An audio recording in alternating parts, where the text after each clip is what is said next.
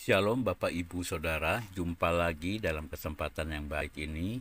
Saya doakan kita semua dalam keadaan sehat dan tentunya selalu dalam penyertaan Tuhan.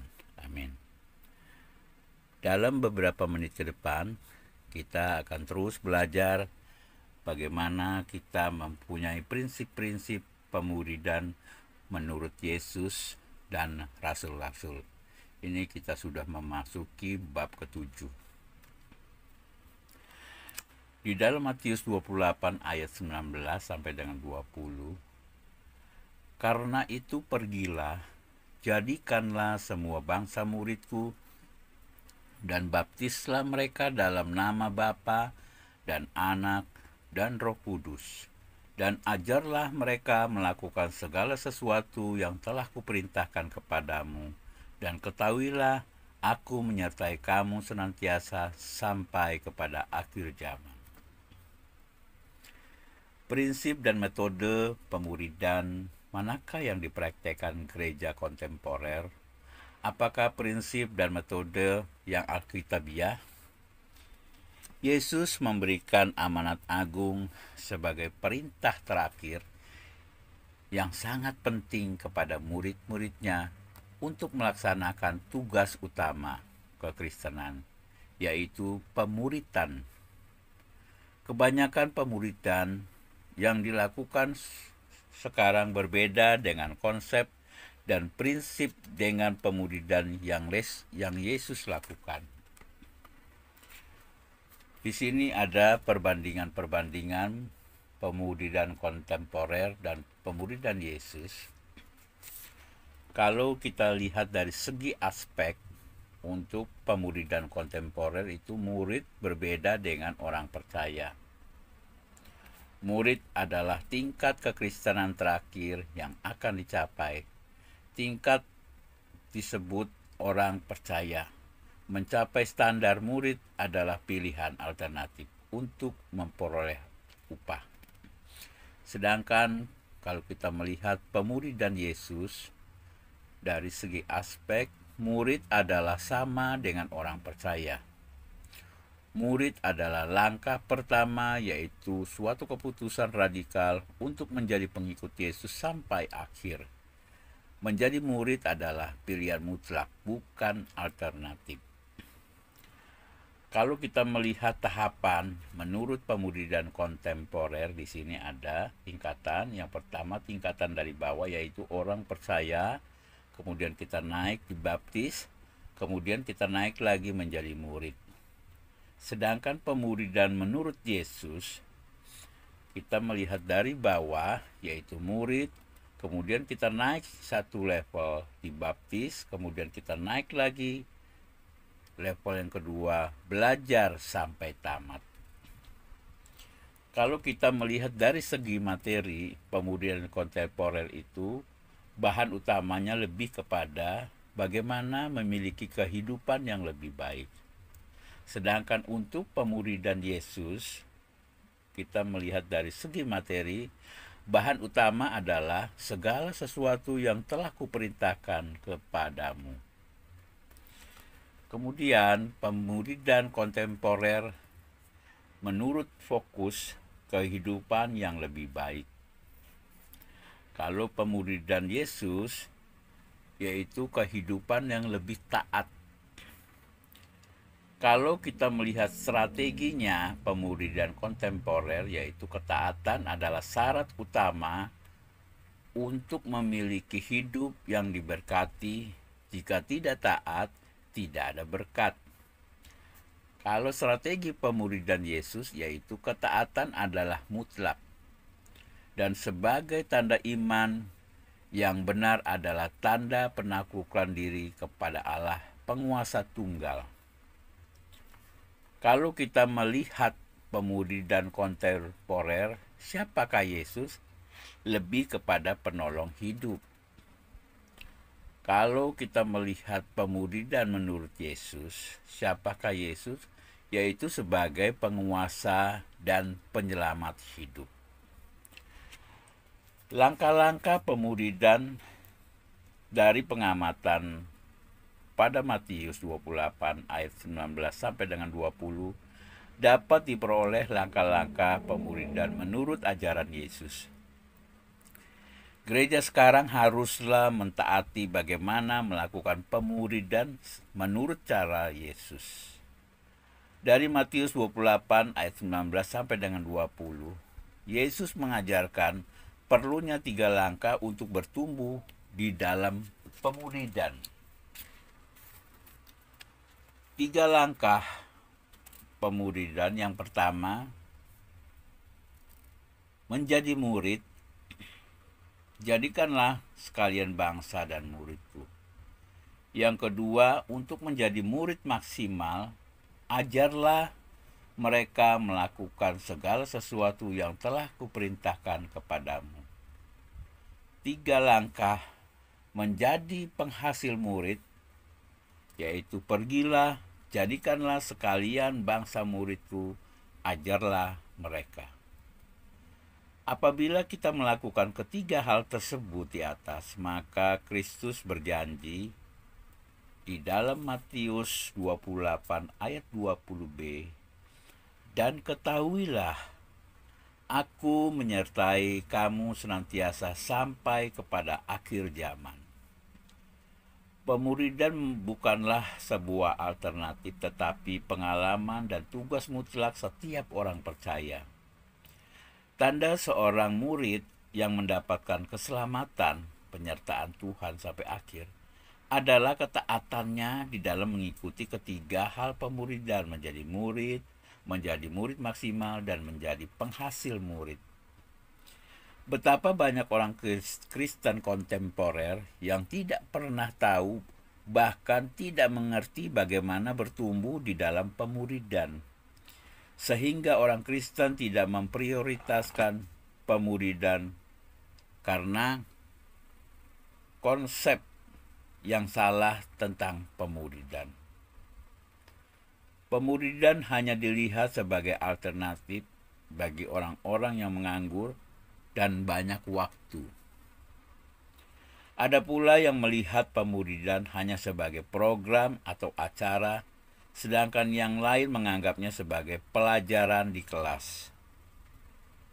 Pemuridan adalah sebuah gaya hidup dan proses hidup. Pada saat Anda membaca atau melihat atau berbagi sharing, pastikanlah Anda telah mengambil keputusan untuk menjadi murid yang setia sampai akhir. Pentingnya pemuridan. Salah satu keadaan yang paling menyedihkan dalam kekristenan kontemporer adalah keadaan penginjilan dan hasilnya atau petobat-petobat jarang ada di gereja yang murni menghasilkan petobat-petobat baru. Kebanyakan gereja mengalami pertambahan orang baru dari perpindahan orang-orang Kristen dari gereja lain. Mungkinkah karena gereja tidak lagi memahami apa itu Injil yang benar? Mengenal Injil yang benar dengan baik adalah kunci penginjilan yang dahsyat. Sebab aku mempunyai keyakinan yang kokoh dalam Injil, karena Injil adalah kekuatan Allah yang menyelamatkan setiap orang percaya. Pertama-tama orang Yahudi, tetapi juga orang Yunani. Sebab di dalamnya nyata kebenaran Allah yang bertolak dari iman dan memimpin kepada iman, seperti ada tertulis, orang benar akan hidup oleh iman. Roma 1 ayat 16 sampai dengan 17. Persoalan kedua adalah jumlah orang baru yang bertahan dan setia sampai akhir. Hari-hari ini jumlahnya orang baru dari hasil penginjilan yang bertahan di gereja sangatlah sedikit. Di dalam American Horizon Editorial edisi bulan Maret sampai dengan April tahun 1993 ditulis tentang sebuah lembaga yang spesial mengadakan pelayanan tindak lanjut petobat baru, bahwa dari pelayanan mereka kepada ratusan ribu jiwa sangatlah sedikit hasilnya. Mereka mengatakan bahwa apabila 10% saja dari petobat baru yang setia dan bertumbuh di dalam gereja lokal adalah merupakan hasil yang luar biasa. Tanpa tindak lanjut, umumnya gereja hanya menghasilkan 0,3 sampai dengan 0,4% dari hasil tuaian jiwa-jiwanya. Itulah kalau kita amati, belum tentu mereka setia dan bertumbuh dalam jangka yang panjang. Menyedihkan bukan? Coba bayangkan dengan petobat-petobat baru gereja mula-mula. Berapa persenkah dari hasil tuaian mereka gereja mula-mula yang bertahan dan bertumbuh di dalam gereja mula-mula? Kisah Para Rasul 2 ayat 41, orang-orang yang menerima perkataannya itu memberi diri dibaptis, dan pada hari itu juga jumlah mereka bertambah kira-kira 3.000 jiwa. Kisah Para Rasul 2 ayat 42, mereka bertekun dalam pengajaran rasul-rasul dan dalam persekutuan, dan mereka selalu berkumpul untuk memecahkan roti dan berdoa. Secara implisit, ada kesan dari 3.000 orang yang bertobat, mereka semua setia dan bertumbuh di dalam gereja mula-mula. Di dalam Alkitab terjemahan dalam bahasa Mandarin ayat 42 lebih berkesan kuat bahwa semua orang yang bertobat itu bertekun. Luar biasa bukan? Gereja-gereja mula-mula menghasilkan 100% murid dari hasil tuaiannya. Apakah rahasia gereja mula-mula dalam pelayanan tindak lanjut mereka? Mereka menggunakan metode yang sama dengan metode Amanat Agung. Ada kesan pada hari itu juga atau secepatnya mereka mulai mengajarkan pengajaran rasul-rasul kepada murid-muridnya tersebut. Pengajaran rasul-rasul adalah pengajaran yang disampaikan oleh rasul-rasul sebagai saksi mata otentik akan ajaran-ajaran Yesus. Setelah itu mereka saling tolong-menolong untuk saling memuridkan di dalam komunitas rumah. Kisah Para Rasul 2 ayat 46. Mereka mengikuti cara Yesus.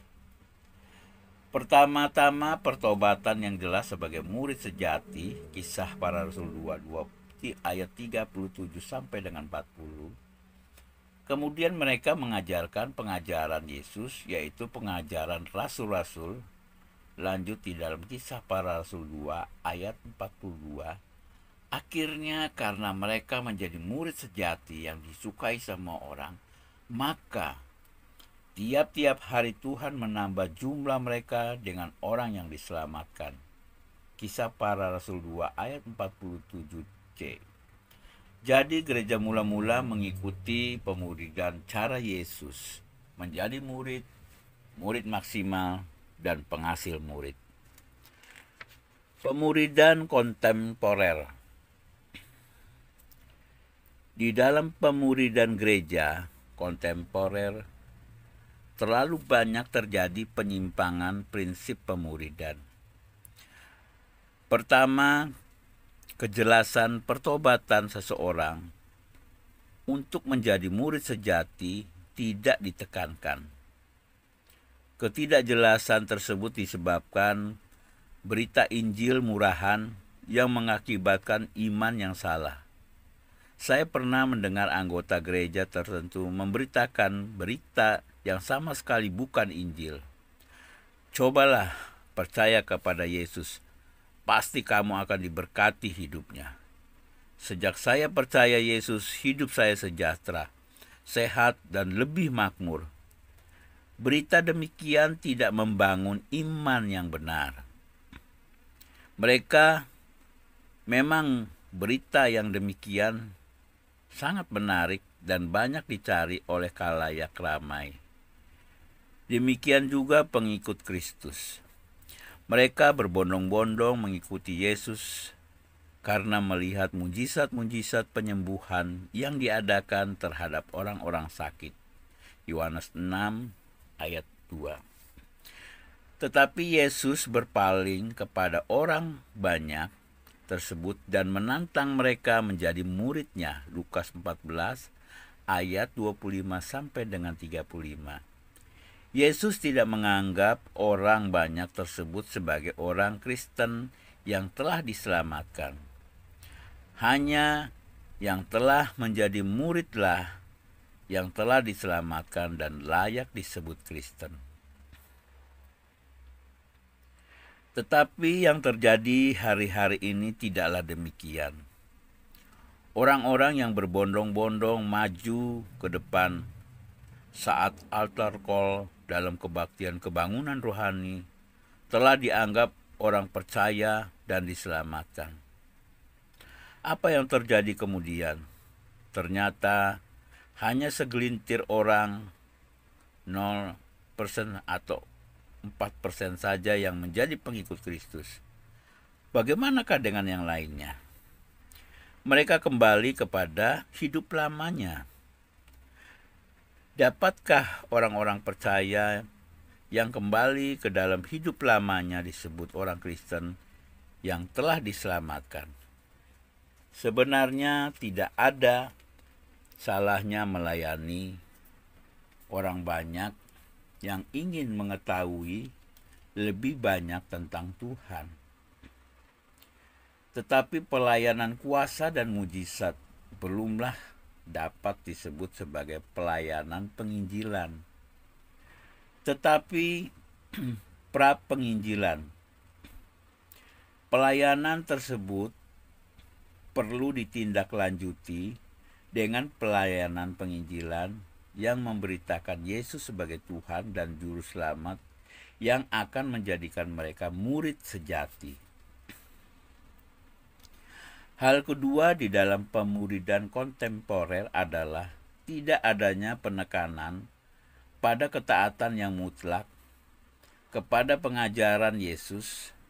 Karena itu, walaupun seseorang mungkin telah menjadi orang percaya, tetapi bisa saja tidak mempelajari prinsip-prinsip pengajaran Yesus yang intinya ada di dalam Matius 5 ayat 7.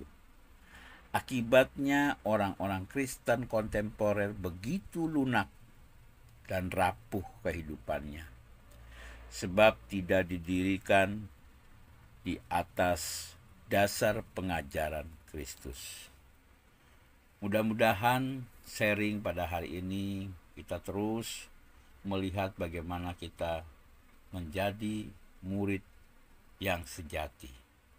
Terima kasih, Tuhan memberkati.